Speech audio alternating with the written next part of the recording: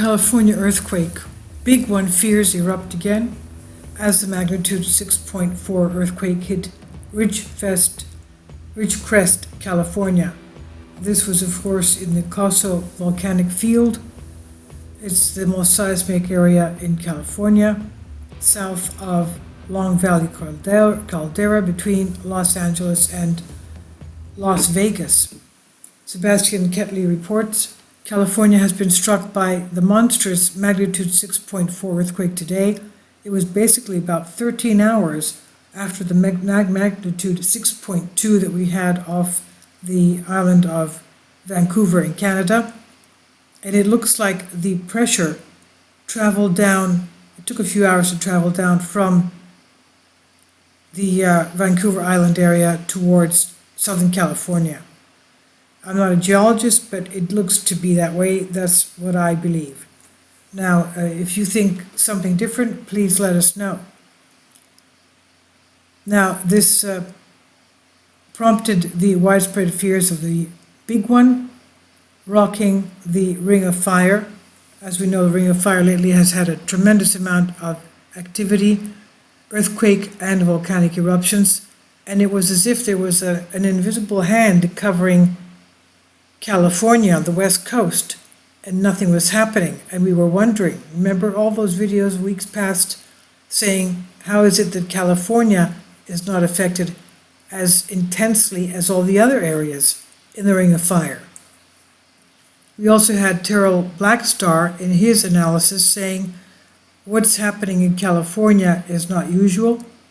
He did point out that the 3.5 quakes turned into 4.5, and the 4.5 turned into 5.5 magnitude, and he did say that those are going to turn into 6 and 6.5, and he was right.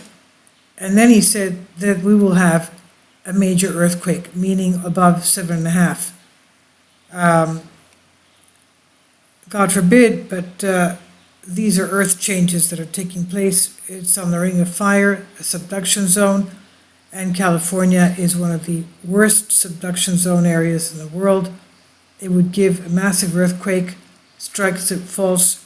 One of my viewers said that she heard a boom. It was like a sonic boom, and that's bad. If you hear a sonic boom, it'll give you a couple of seconds to take cover before the real bad shaking starts in a massive earthquake of 7.5 Richter and up. So, yes, this is a seismically active area, and it looks as if the earth is opening up there now. Tremendous amount of aftershocks are still taking place, anywhere between 2.9 to 4.5. The 6.4 magnitude earthquake that struck California was about 129 miles northwest of Los Angeles at about 6:33 p.m. local time. Earthquake tracking stations in the region narrowed down the earthquake's epicenter to 9 miles north of Ridgecrest, South California. Californian residents who felt this enormous earthquake reported rocking and trembling houses. One person on Twitter described feeling aftershocks 140 miles away. Another said the quake started slowly before growing in intensity. Of course, and some say it lasted about 30 seconds.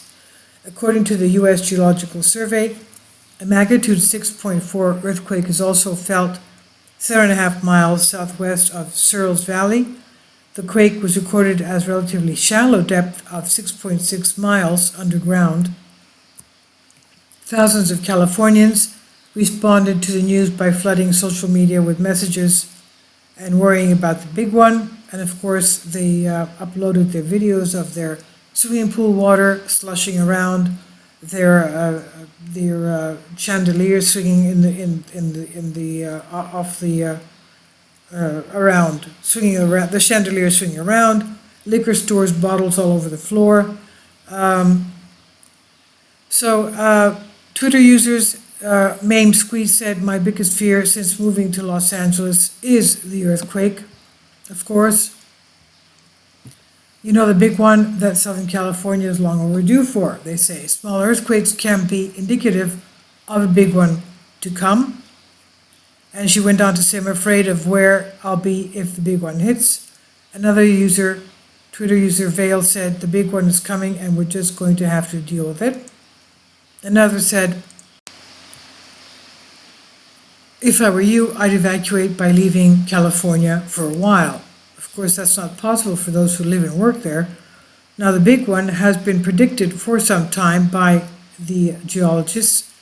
They will leave everything up to down the coast completely toast. It's not if, but when. The Canadians have already been, for a couple of years before the USGS has announced to Californians, Canada has been preparing their population for the big one, saying that in the next 30 years they will strike. Similar announcements by USGS, but more down-toned, I think. Well, now, after this one, I'm sure they'll have more announcements as to what is going on. Now, the big one is a theoretical magnitude 8, or well, actually 7.5 and higher, 8, even 9, and which some geologists fear will strike California.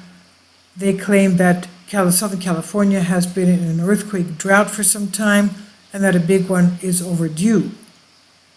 So the last time earthquakes of similar power struck the West Coast was the magnitude 7.8 San Francisco quake in 1906 and 7.9 quake in Tijuana, Central California.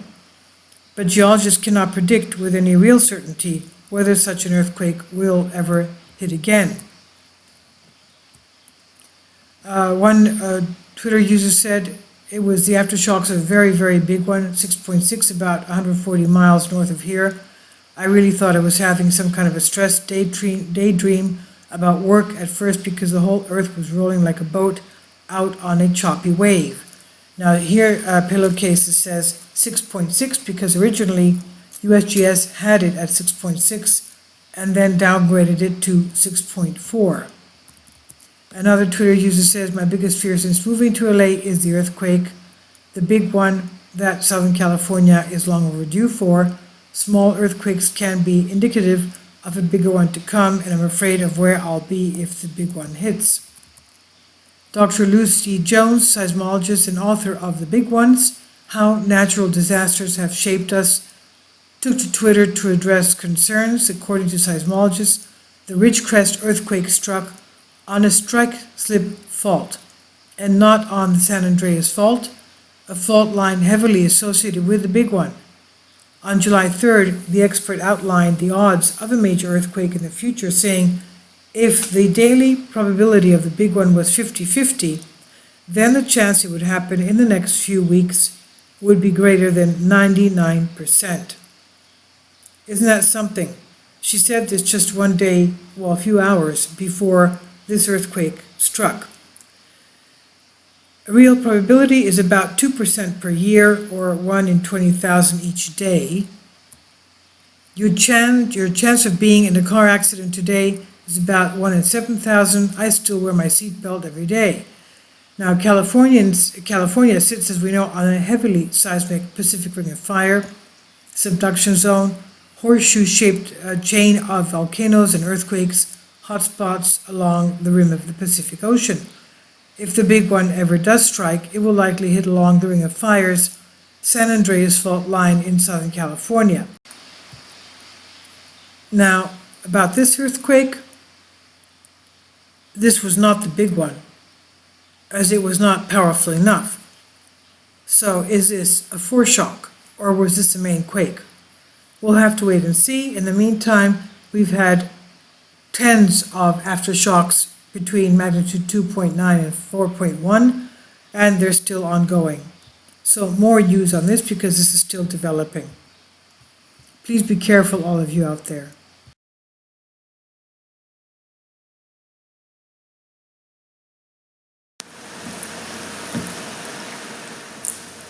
If you'd like to join me on my Patreon account, you will hear content not covered by mainstream media. These riveting stories will be based on my research, and I will state my opinions and give my personal insight on diverse and controversial subjects and world events not covered by mainstream media, and not certainly on not supported by YouTube guidelines. So whatever I have on my Patreon, most of those will not be on my YouTube channel. Please consider becoming a member today. More of the most significant and important videos will be on my Patreon channel. Your support helps me to continue my research and keeps this YouTube channel alive. And we depend on your support, your generous charity, because we help economically challenged families here in Athens, Greece, in Kapota, and we also help the young generation with university tuition and the community around our church. Thank you.